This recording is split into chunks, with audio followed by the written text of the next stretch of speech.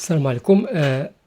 شي مرات الثلاجة ديالنا ما باقيش كتبرد، حيت كنديرو diagnostic ديالنا كنلقاو المشكل فيها فويت، يعني خوات من الغاز، بحال ما هاد الثلاجة هادي سامسونج كي كتشوفوا معنا، هاد الجعبة ديالها مزيتة كاملة، والسبب اللي خلاها هاد الفويت يكون أو خلا هاد الكويفر يثقب وهو أنهم مستعملينو وسط الباك ديال اللي كينزل فيه الماء ديال الثلاجة،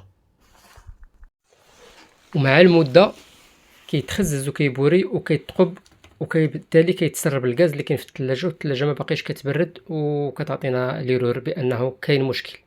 نعم، كي كتشوفوا معنا هنا هاد الجعبة هادي كاملها مزيتة وكاملها مخززة ومبورية، يعني هنا بالضبط كاين الفوت. غالبا الثلاجات اللي كيكون فيهم هاد الجعبة وسط الباك ديال الماء راه هنا فين كيكون الفوت. نعم.